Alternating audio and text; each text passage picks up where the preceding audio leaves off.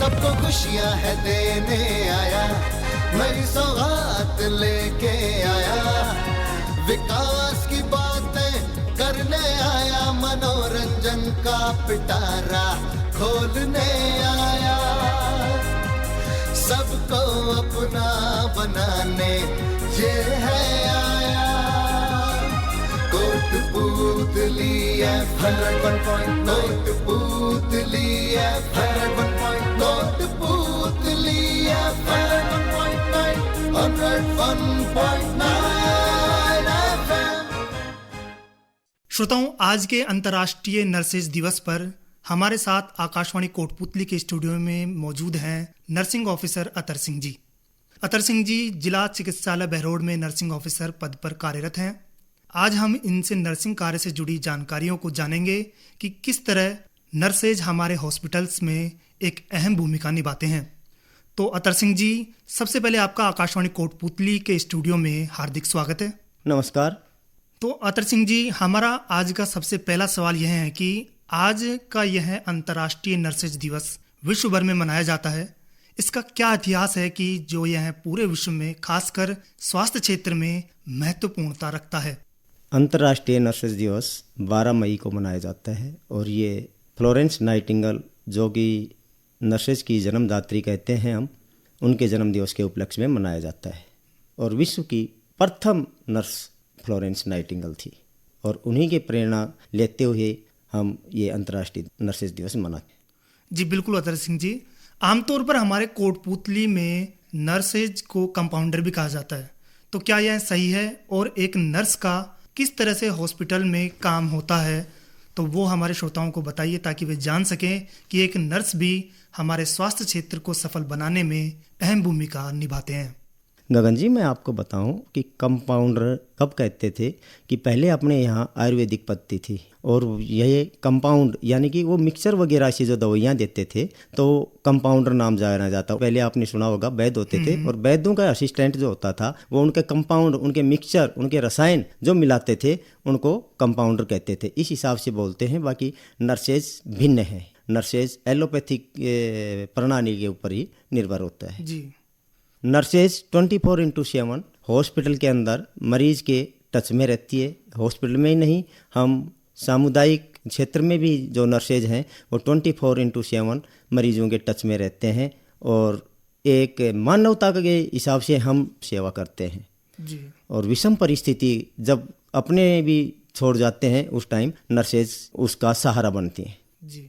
Hospital के अंदर nurses का काम शुरू में इमरजेंसी से, रिसेप्शन से लेकर के और बड़ी से बड़ी क्रिटिकल सर्जरी तक समस्त कार्य नर्सेज का होता है। डॉक्टर केवल उसको देखता है, एक डायग्नोसिस करता है पेशेंट के। जो IPR इंटरपर्सनल रिलेशनशिप जो होता है वो पूरा किसके ऊपर डिपेंड करता है, बेस जो कहें, कड़ी जो कहें, वो नर्सेज ही होती है। तो अतर सिंह जी, नर्सिंग में दुर्घटनाग्रस्त व्यक्ति के आपातकालीन स्थिति में प्राथमिक सहायता चिकित्सा के तौर पर एक सामान्य व्यक्ति उस दुर्घटनाग्रस्त व्यक्ति की किस प्रकार से सहायता कर सकता है, इसके बारे में थोड़ा सा हमारे श्रोताओं को बताइए।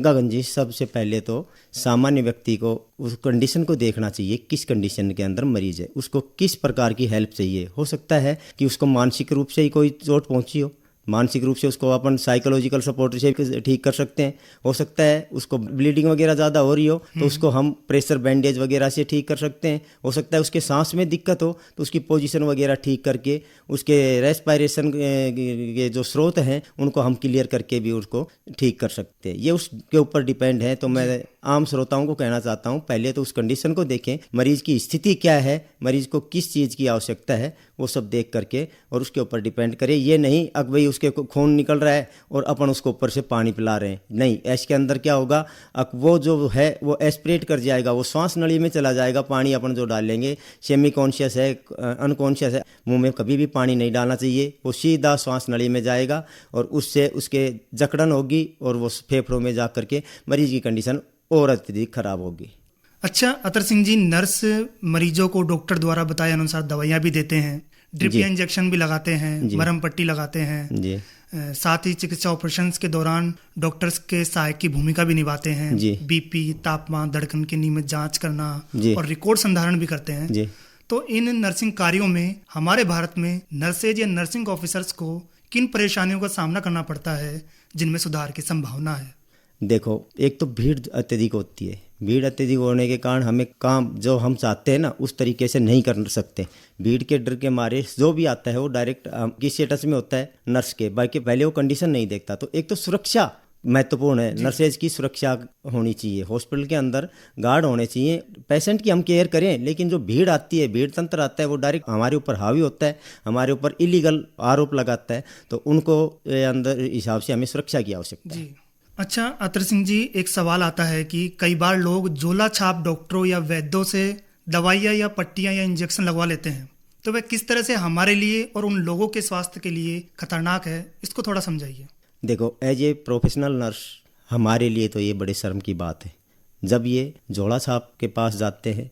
आज हिंदुस्तान बहुत तो रहा नहीं, 5G का टाइम आ गया, 6G का टाइम आ गया, कितना एजुकेशन होगी, और फिर अपन झोला छाप के पास या झाड़ फूक वालों के पास जाते हैं। तो ये कहीं ना कहीं अपनी जो सोच है, हम तो उच्च डॉक्टर्स के, प्रशिक्षित डॉक्टर्स के पास न जा करके और हम तो ये झाड़ फूक वालों के पास जाएंगे। तो मैं तो श्रोताओं से यही निवेदन करूंगा कि आप पढ़े लिखे प्रशिक्षित जो डॉक्टर्स हैं उनके पास जाइए। बढ़िया हॉस्पिटल हैं, गवर्नमेंट के इंस्टीट्यूट हैं या प्राइवेट सेक्टर में, जहां भी ट्रेंड स्टाफ आपको मिले वहां जाकर के अपना इलाज करवाएं। जी अच्छा अतर सिंह जी, बीमारी या इलाज के दौरान मरीज को या उनके परिवार को किस तरह एक नर्स या नर्सिंग ऑफिसर उनकी काउंसलिंग करता है? क्योंकि डॉक्टर्स की संख्या हमारे भारत में अभी भी मानक रूप से कम है, तो इसमें एक नर्स किस प्रकार से अपनी भूमिका निभाते हैं, खासकर आपात स्थिति में? जी गगन जी, हिंदुस्तान के अंदर आज के दिन नर्स और पेशेंट का रेशियो के हिसाब से भी आज के दिन ट्रेंड नर्सेस की बड़ी ही क्राइसिस है जी। ठीक है, इसको सुधारने के लिए छोटे लेवल पे, हर डिस्ट्रिक्ट लेवल पे कम से कम नर्सिंग कॉलेज का या ANM training centre, GNM training centre होना चाहिए। अच्छा अतर सिंह जी, हमारे श्रोताओं में से कुछ युवा श्रोता भी हैं, तो वे यदि अपने करियर में नर्सिंग का ऑप्शन चुनते हैं तो वे किस तरह से नर्सिंग कोर्स में प्रवेश ले सकते हैं और करियर में उनकी क्या संभावनाएं हैं, खास तौर पर आर्थिक भविष्य के संदर्भ में देखें तो? आज के युग में जो मानवता की और जो सेवा का कार्य है, सबसे नोबल प्रोफेशन है तो वो नर्सेस है। जी। और तो नर्सिंग के अंदर जा करके उनको करियर बनाना चाहिए। और आर्थिक रूप से भी अब तो राज्य सरकारों ने, केंद्र सरकारों ने या एब्रॉड जा करके वो एक अच्छे इकोनॉमिकली अपने को सुदृढ़ कर सकता है इस प्रोफेशन में आकर के। तो मैं तो सभी मेरे यंग श्रोताओं को यही कहूँगा कि इसके अंदर अपार संभावना है और आप आर्थिक रूप से भी कमज़ोर नहीं रहेंगे।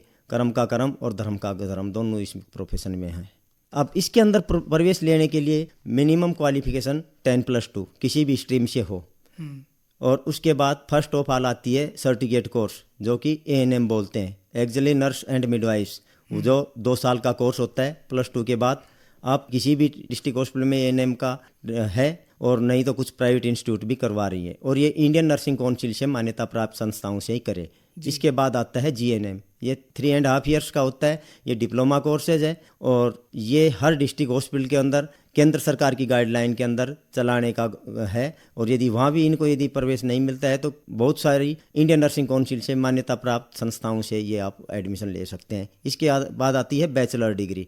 बैचलर में BSc नर्सिंग आती है, और ये आपके पास बैचलर डिग्री के साथ प्रोफेशनल के हिसाब से आपको नर्सिंग की डिग्री प्रोवाइड कराती है। इसके बाद आती है पोस्ट बेसिक BSc नर्सिंग। जो GNM किए हुए होते हैं वो 2 साल के लिए BSc नर्सिंग कर सकते हैं, जिसको पोस्ट बेसिक BSc नर्सिंग कहते हैं। इसके बाद इसमें PG कोर्सेज भी हैं, अलग अलग कोर्सेज हैं। PG मेडिसिन में भी PG है, सर्जरी में भी PG है, पीडियाट्रिक में भी PG है, कम्युनिटी में भी PG है, और हॉस्पिटल मैनेजमेंट में भी PG है, फार्माकोलॉजी में भी PG है, इंटेंसिव केयर यूनिट के अंदर भी PG है, गायनेकोलॉजी में भी PG है। जो भी डॉक्टर्स आप स्पेशलिस्ट डॉक्टर देखते हैं उस हिसाब से इसके अंदर भी MSc नर्सिंग है, PG कोर्सेज इसके अंदर हैं, और अपूर्व संभावनाएं हैं इसके अंदर प्रोफेशन के अंदर। और एब्रॉड जाकर तो बहुत ही संभावनाएं हैं। अपने यहाँ तो नर्सेस की इतना वो नहीं है, और एब्रॉड जाएंगे, इटली जाएंगे, जर्मनी जाएंगे, ऑस्ट्रेलिया जाएंगे, कनाडा जाएंगे और USA जाएंगे, तो वहाँ एब्रॉड में बहुत ही संभावनाएं हैं। उसके लिए आपको एक टेस्ट फाइट करना पड़ता है NCLEX का, और कहीं IELTS टेस्ट है लैंग्वेज का, वो करके। और हिंदुस्तानी नर्सेस की तो इतनी डिमांड है पूरे एब्रॉड में, सबसे पहले प्रायोरिटी मिलेगी तो हिंदुस्तानी नर्सेस की मिलेगी। क्यों? हम मानवता के हिसाब से काम करते हैं, पेशेंट को अपने परिवार का सदस्य समझ करके हमें ये सिखाया जाता है। सबसे बढ़िया ट्रेनिंग यदि वर्ल्ड में होती है नर्सेस की तो वो हिंदुस्तान के अंदर होती है। हमें हर चीज़ को पोलाइट होना, कभी एग्रेशन तो नर्सेज में आता ही नहीं। हिंदुस्तान में यदि बढ़िया कॉलेज से किया हुआ कोई स्टूडेंट मिलेगा तो एग्रेशन तो उनके अंदर आता ही नहीं। तो मैं ये कहूँगा कि हिंदुस्तान में या राजस्थान से आप नर्सिंग करिए। युवा श्रोताओं को यही है कि नर्सिंग में अपार संभावनाएं हैं, तो आप इसमें करियर बना सकते हैं। जी बिल्कुल अतर सिंह जी। अच्छा, नर्सिंग में प्रमोशन में आगे की क्या संभावनाएं हैं प्राइवेट और सरकारी स्वास्थ्य क्षेत्र में? देखो गगन जी, आपने बड़ा अच्छा क्वेश्चन किया। प्रमोशन, सीनियर नर्सिंग ऑफिसर बने गवर्नमेंट सेक्टर में, सीनियर नर्सिंग ऑफिसर के बाद मैट्रन बनो, जो कि होता ही मोस्टली आती ही ऐसी हैं कि हमारा यदि डायरेक्टरेट अलग कर दिया जाए तो इसमें हमारे प्रमोशन की संभावनाएं बढ़ जाएंगी। अच्छा, प्राइवेट क्षेत्र में? प्राइवेट क्षेत्र में संभावनाएं हैं, जैसे आप पीजी करके जाते हो तो उसके अंदर संभावनाएं ज़रूर है। प्राइवेट आजकल डीम्ड यूनिवर्सिटियाँ इतनी होगी, उसके अंदर अपार संभावनाएं। ये तो चांसलर तक हमारे साथी बने हुए हैं ये डीम्ड यूनिवर्सिटियों के अंदर, जो पीएचडी वगैरह कर ली या पीजी करने के बाद जो पीएचडी कर ली, तो उसके अंदर अपार संभावनाएं हैं। जी। अच्छा अतर सिंह जी, हमारे नर्सिंग क्षेत्र में नर्स किस तरह से प्रोफेशनल तरीके से कार्य करते हैं, उसको थोड़ा सा हमारे श्रोताओं को बताइए। देखो, नाम ही आपने कर दिया नर्स। नर्स का मीन्स नोबल प्रोफेशन। जी। तो सबसे अच्छा और नोबल प्रोफेशन है तो वो नर्स है। और हम तो ऐसी विषम परिस्थितियों में काम करते हैं, किसी भी HIV पॉजिटिव पेशेंट के साथ कर रहे हैं, हमारे उसका ब्लड कहीं डायरेक्ट टच में आ गया, कोई नीडल प्रिक होगी, तो हम तो अपनी ज़िंदगी किस हिसाब से जीते हैं। उसके साथ इतनी बड़ी बीमारी हेपेटाइटिस लेकर के फिर भी हम अपना जीवन निर्वाह करते हैं। तो इसके अंदर प्रोफेशन के हिसाब से रिस्क तो है, लेकिन रिस्क के साथ साथ आपको इज्जत भी है समाज में। अच्छा अतर सिंह जी, आपके अभी तक के सेवा काल में ऐसी कोई घटना जो आपको याद हो कि लगा कि आपने एक लाइफ सेविंग का कार्य किया है, तो वो हमारे श्रोताओं को थोड़ा बताइए। गगन जी, ऐसी घटनाएं तो अनेक हैं, लेकिन एक दिन मेरा दिल ऐसे रोया कि मेरी ड्यूटी लगी हुई थी चिकानी बहादुरपुर लॉर्ड्स यूनिवर्सिटी में। हमने कोरोना सेंटर बना रखा था और उसके अंदर लोग ऐसे छोड़ कर के जाते थे अपने माँ बापों को, अपने ब्लड रिलेशन वालों को, जैसे अपन पशु को बाड़े में छोड़ के आते हैं, इस हिसाब से छोड़ के जाते थे। एक वृद्ध आदमी 70 साल का बड़ा उद्योगपति है वो आज के दिन अलवर का, और उसके बच्चों ने उसको गेट के ऊपर छोड़ गए कि आप इसको किसी भी तरह कहीं भी कोई भी ले जाए। बच्चे भी नहीं आए, ड्राइवर आए और वो रो रहे थे। मैं गया उनके पास। उस टाइम हमने भी अपना प्रोटोकॉल के हिसाब से यूनिफॉर्म वगैरह तो पहनते ही थे, और उस हिसाब से मैं गया तो उसने अब अपनी वेदना सुनाई कि साहब, मेरा टर्नओवर ईयरली 50 करोड़ का है और आज मेरी ये स्थिति है।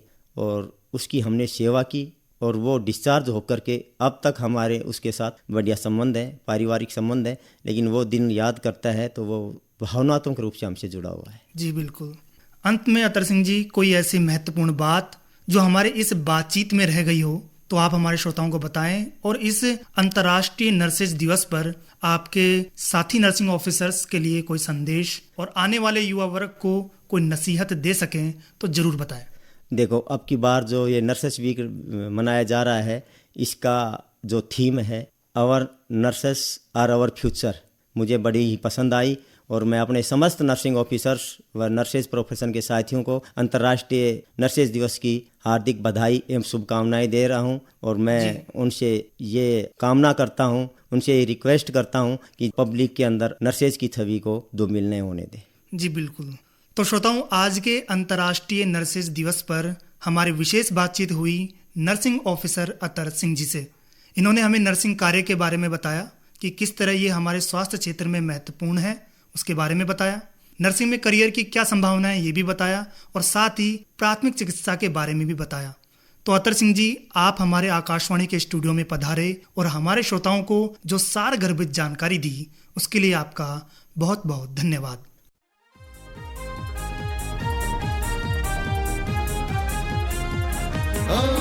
सबको खुशियां है देने आया, नई सौगात लेके आया, विकास की बातें करने आया, मनोरंजन का पिटारा खोलने आया, सबको अपना बनाने ये है आया। Kotputli FM 101.9 Kotputli FM